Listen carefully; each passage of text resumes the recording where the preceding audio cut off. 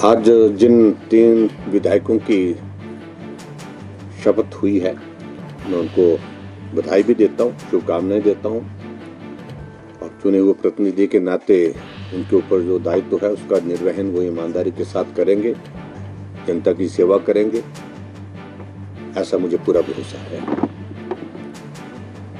लेकिन अब की बार इस सारे दौर में अगर हम देखें, जो कांग्रेस पार्टी बहुत जश्न मनाई जा रही है और जश्न मनाने के लिए यही कहते हैं कि हम जीते हैं।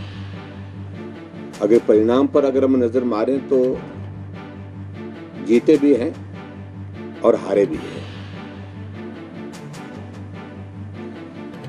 ये एक दल के साथ नहीं, दोनों दलों के साथ एक जैसी मतलब इस तरह की एक परिस्थिति है।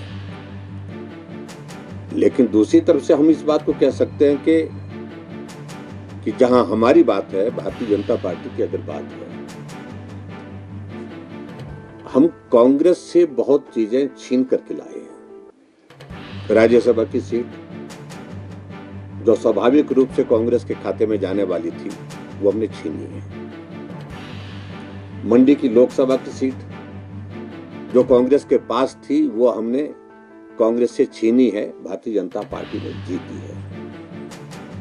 6 विधायक कांग्रेस पार्टी के जो निष्कासित हुए, जहां उपचुनाव हुआ, उनमें से 2 सीटें हमने कांग्रेस से छीनी है। और जो आजाद विधायक के नाते 3 उपचुनाव अभी हाल ही में संपन्न हुए, जिनका शपथ समारोह आज हुआ, उसमें भी हमने एक सीट जीती है। हम 25 से 28 पहुंचे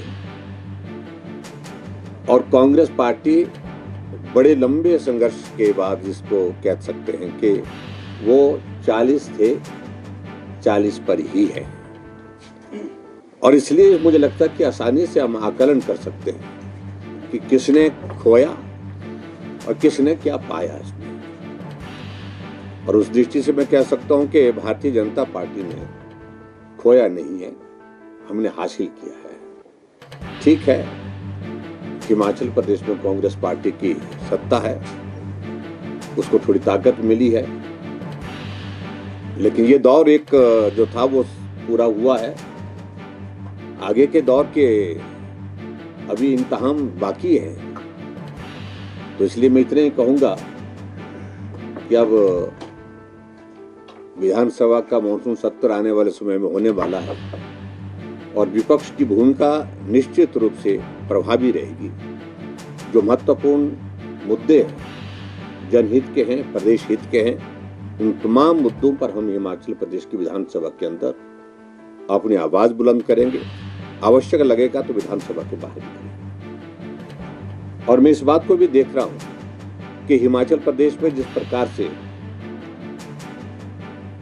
सत्ता कांग्रेस पार्टी ने हासिल की, तो वादे किए थे, और जब वादे किए जाते हैं उन वादों को पूरा करने की दिशा में आगे बढ़कर के काम किया जाता है। मैं फिर से उन्हीं गारंटियों की अगर बात करूं, उसमें एक बात आप देख रहे होंगे, वादा तो ये किया था उनने कि हिमाचल प्रदेश में सरकार बनने के बाद हम बिजली 300 यूनिट फ्री देंगे। ये हमने तो नहीं कहा था उनको। प्रदेश की आर्थिक स्थिति ऐसा नहीं है कि उनको वाकिफ नहीं थे, उससे वाकिफ नहीं थे पहले, वो सबको मालूम था। लेकिन फिर भी उसके बावजूद वादा किया, चीख करके बोले, लोगों के बीच में बोले, हर जगह बोले, लगातार बोले।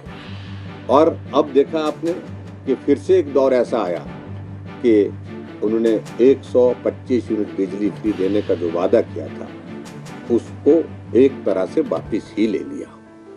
जिन कैटेगरीज की बात की, उस कैटेगरी में बहुत बड़ा नंबर होता है। तो इसलिए मैं सिर्फ इतने कहूँगा कि अगर ये आर्थिक स्थिति और सारी चीज़ों को लेकर के अगर चिंतन मंथन करना चाहिए तो कांग्रेस पार्टी को सत्ता में आने से पहले जो वादे करने थे उस पर सोचना चाहिए था कि ये वादे हम नहीं कर सकते। बाकी की सारी चीज़ें अभी ज्यों की त्यों पड़ी हैं।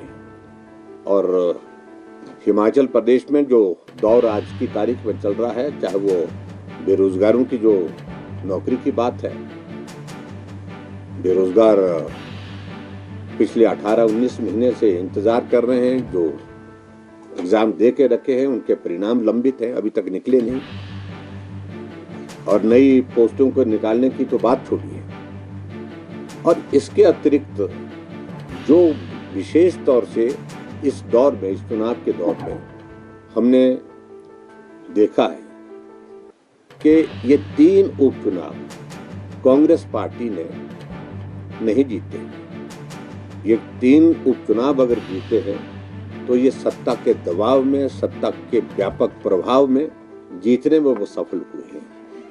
कहीं यही चुनाव अगर लोकसभा के चुनाव के साथ हो गए होते, जब 6 उपचुनाव भी हुए थे उसके साथ होते, तो परिणाम अलग तरह के होते हैं। लेकिन फिर भी उसके बावजूद लोकतंत्र है, हम अब जनादेश का सम्मान करते हैं। मैं सिर्फ इतना ही कहूँगा कि ये दौर आते रहते हैं, कुछ दौर बीते हैं, कुछ दौर बाकी होंगे, आगे बढ़ कर के काम करेंगे।